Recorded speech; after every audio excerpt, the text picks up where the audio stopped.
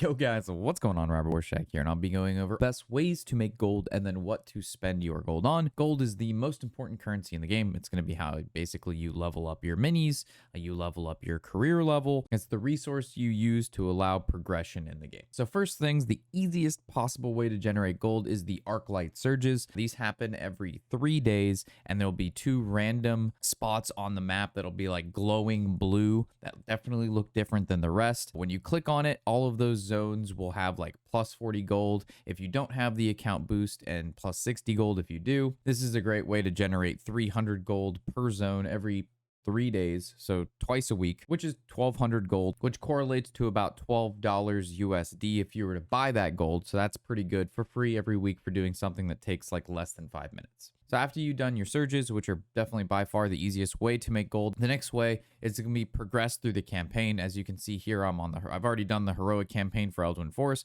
but if you haven't, you basically get gold for every boss that you've defeated on normal mode, and then once you unlock heroic mode, you actually get 300 gold per zone, but you have to defeat that boss with every family on heroic, which is definitely a lot more than just the normal mode. The normal mode, you get like 100-ish gold for defeating a boss.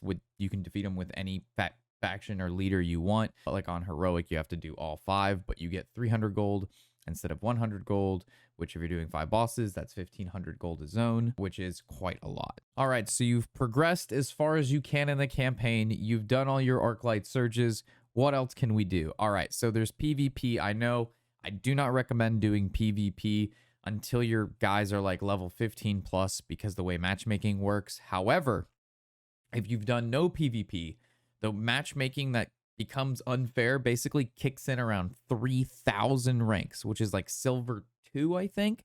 But until you get to silver 2, you can still collect a good amount of rewards. So as you can see here, you basically get 3 rewards per 1,000 PvP ranks, however you want to call it. So up until 3,000, you'll have gold that you can get at the end along with tomes along the way. So I highly recommend you do PvP up until rank 3,000.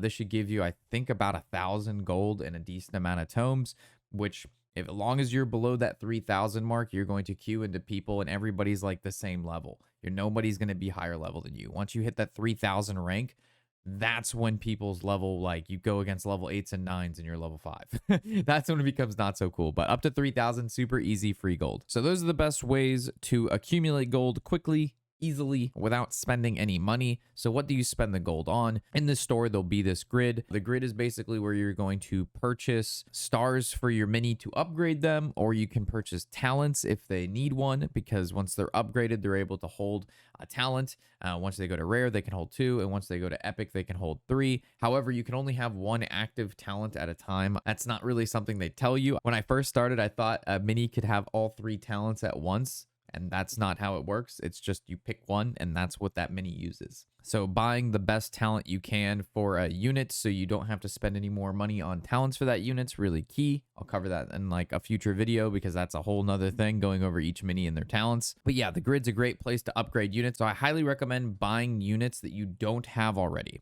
It only costs basically 90 gold to get one that you don't already have. So once you unlock a mini that you don't have, or you increase a mini's rarity, you actually get a collection point, which is up here at the top left. And once you accumulate 5 collection points, you gain a collection level. And what's important about that is for every collection level that you get, you actually get bonuses on the experience you receive. And when you get a new unit or when you upgrade a unit, it just basically makes you level up quicker. So having a higher collection level is going to help your units level faster. So in my opinion, it's best to focus on getting your account to receive as much experience as possible, which starts with unlocking all of the leaders, unlocking all of the minis. Once you've unlocked all of the leaders, once you've unlocked all of the minis that you can unlock, to know which minis you don't have in the grid really easily, if it shows you getting like a star, that means you already have it. If it doesn't show a star when you click on it, or in the picture, that means you don't have that mini. Talents, again, look like little squares in the middle of a picture. It will not have a star, and it'll have like a little text below it. And it also costs 250 gold instead of 90. What's also cool about the grid is if a rare mini or leader shows up, or an epic leader or mini shows up, you can actually buy that from the grid, and it will bypass you needing the other materials to upgrade it to that point. So I highly recommend if you get a rare or an epic mini and it seems pretty useful to you, you're using it or you want it, to buy it, because it's going to save you the energy and these rare and epic cores that you're going to need when you upgrade things from uncommon to rare. If you just buy it outright from the shop, you skip that whole process, which is really good. And an absolute no-no, for the love of God, never, ever, ever, ever buy experience with gold from the shop. No matter what it tells you the daily offer is or how good of a deal it is, never use your gold on experience. This experience is free. You get it for doing anything in the game at any point in time, and you get a lot of it as long as your collection level is high. And your collection level is, of course, going to be high because you watched my video, and you're going to be getting as much experience as you possibly can from the tomes that you're going to be receiving from, let's say, your daily quests or from PvP. Whatever you're going to be doing, you're going to be getting more experience anyway because you spent your gold correctly, and instead of spending your gold to buy experience and then your collection level is low and you're just not getting as much experience as you would anyway. Does that make sense? So like you're bypassing getting gold, like a chunk of experience now to getting more experience over the long run.